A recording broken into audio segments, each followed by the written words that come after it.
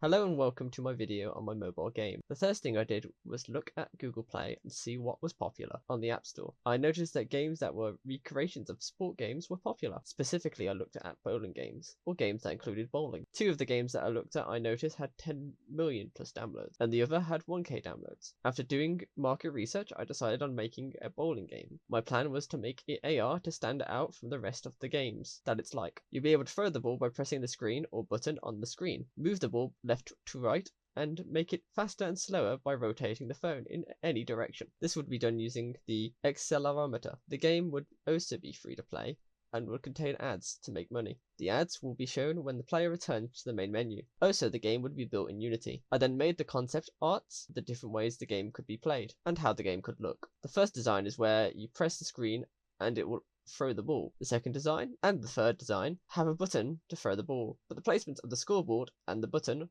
were swapped around, where they are either at the top or at the bottom of the screen. I then whiteboxed the game, and as you can see, I went with design 2, where the score was at the top and the button to throw was at the bottom. However, unlike my original plan, the scoreboard was in the AR scene above the lane. The implementation of AR was done by installing the AR package for Unity, then making an AR session and XR origin, which contains the camera. The implementation of the accelerometer to move the ball was done by taking the input of the accelerometer and timesing it by the specific input access to time.delta time when not thrown, and when thrown it's done by taking the input and adding it to the velocity. However, the back and forth is capped, so the ball can't go backwards or go too fast. After playtesting, I realized the game was too easy, so I thought of the idea of adding more difficulty and adding more game modes. So I made the concept art of what the game modes would be like. The classic mode being like normal bowling and having a gutter. The arcade mode, which had moving obstacles. I also did concept art for the menu system, as I need one to select the level type. This includes a design for music being turned on and off in the settings. I then whiteboxed the menu system and the different game modes. Next, I added assets to the game to make it look nice, and added the settings menu to turn on and off music. I implemented persistent data using JSON files to make it remember if the user turned off or on the music. I then implemented ads by downloading the Unity Advertisement Legacy plugin and made it so that it loaded an ad every time the player went back to the main menu.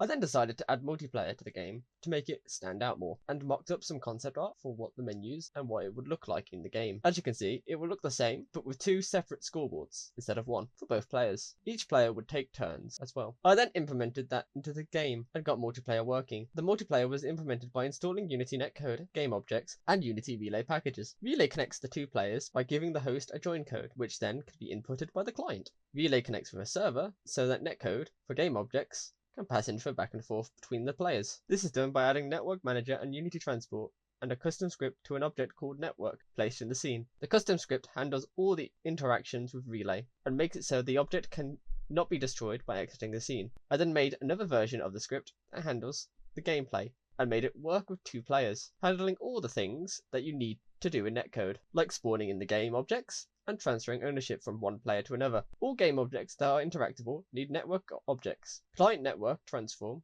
and network rigid body. I then planned on adding banners ads while in the main menu at the bottom of the screen, and also planned to add a leaderboard button to bring up the leaderboard of the game modes, which I planned to do with Google Play services. So I first set up the banners with Unity Legacy ads, and then added the banners to the bottom. I then downloaded Google Play services plugin and set it up so it adds leaderboards and achievements to the game. The achievements I added were Score for scoring a goal, Strike for hitting all pins down in 1 or 2 turns, Play with Friends, which you get one joining or hosting a game, and Finish a game of Classic, which you get for completing a game of Classic, Arcade for completing a game of Arcade, and Bowling Champion for completing 10 games. I got that all working and the leaderboard working. Then my game was done, so I added the game to Google Play Store in close test.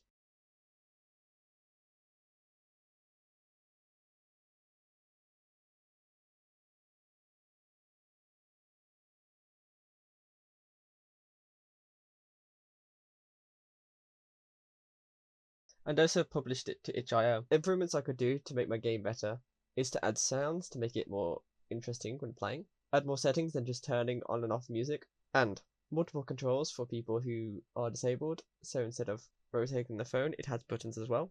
The next part of the video will be showcasing the features of the game working in the final version.